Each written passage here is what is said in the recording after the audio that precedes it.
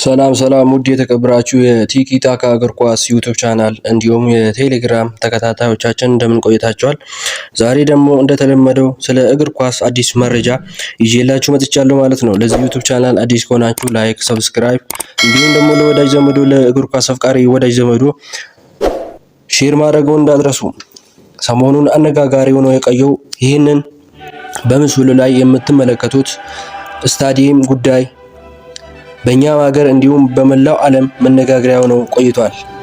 ከግለሰቦች እስከ በጣም በብዙዎች ተከታይ ያላቸው ድረገጾች ጭምር ሲዘገብ የነበረው በመጪው 2034 ሳውዲ አረቢያ በምታዘጋጀው የዓለም ዋንጫ ስታዲየም ዲዛይን ነው ተብሎ በተለቀቀው ይህንን ምስል ላይ አንዳንድ ነገር ለማለት መጥቻለሁ ማለት ነው። ነገርየው እንዲህ ነው።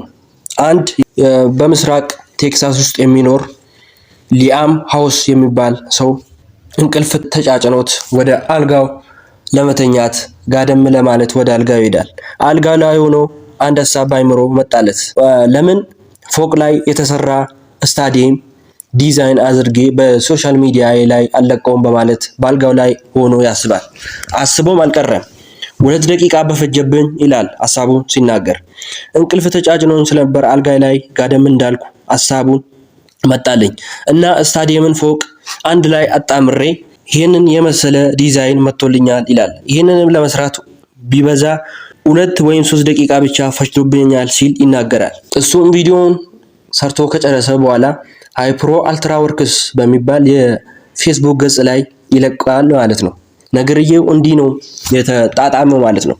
ባለፈው ዓመት ሳውዲ አረቢያ ደግሞ ይህንን እሱ የለቀቀውን አይነት ሌላ ዲዛይን ማለት ነው እንደ ሀሳብ ዲዛይን በመጪው የዓለም ዋንጫ በ2034 የዓለም ዋንጫ ላይ ፎቅ ላይ በተሰራ ስታዲየም ማሰራት እንደምትፈልግ ተናግራ ነበር። ነገርየው ተገጣጠመ ማለት ነው። ሳውዲ አረቢያዎች ባለፈው ዓመት ይህንን ነገር ይፋ ካደረጉት በኋላ ይሄ ሰውዬ ከለቀቀው ጋራ ብዙ ሰዎች ጉዳዩን አንድ ላይ ያገናኙት ማለት ነው። በሀገራችንም ብዙ ተከታዮች ያላቸው ቲክቶከሮች ይህንን ጉዳይ ዘግቦት ነበር። ነገር ግን መረጃው ከእውነት የራቀ ነበር። የ34 ዓመቱ ጎልማሳ ነበር ማለት ነው በእኝታው ክፍል ውስጥ ሆኖ ይህንን ቪዲዮ የሰራው። ነገር ግን የሊያም ወይም የሰውየው ጽንሰ ሀሳብ ውሸት ቢሆንም የሳውዲ አረቢያ በዓለም የመጀመሪያ የሆነው ሰማይ ጠቀስ ህንፃ ስታዲየም ለማስገነባት እቅድ እንዳላት ከዚህ በፊት ተናግራ ነበር። ይህንንም ተግባራዊ ለማድረግ ኒዮም ስካይ ስታዲየም ላይን በሚባል ፕሮጀክቱን በሚመራ ድርጅት ይህንን ጽንሰ ሀሳብ ተግባራዊ ለማድረግ እየተንቀሳቀሰች ነው ማለት ነው። ነገርየው ውሸት ነው። እኔ መጀመሪያ ላይ ሳየው ተደምሜበት አዝነቆኝ ነበር። ነገር ግን ኤአይ ምን ያህል ህይወታችንን እያመሰቃቀለው እንዳለ ማሳያ አንድ አሪፍ ነገር ነው ማለት ነው ይሄ ነገር። እኔም ለአንዳንድ ስራዎች ወደ ዴሊ ሜል ጎራ ስል ነው ይህንን መረጃ አግኝቼ በጣም አስገርሞኝ ለእናንተ ውድ ተከታታዮቼ ለማቅረብ የመጣሁት። ይህንን መረጃ መጀመሪያ ስታዩት ምን ነበር ለእናንተ የተሰማው? ይህንን በኮሜንት መስጫ ላይ ጽፉልን ትችላላችሁ። ነገር ግን ለዛሬ ይዤላችሁ የመጣሁት ፕሮግራም ይህንን ይመስል ነበር።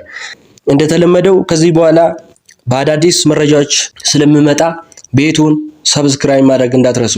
እወዳቸዋለሁ። መልካም ጊዜ ለሁላችሁ።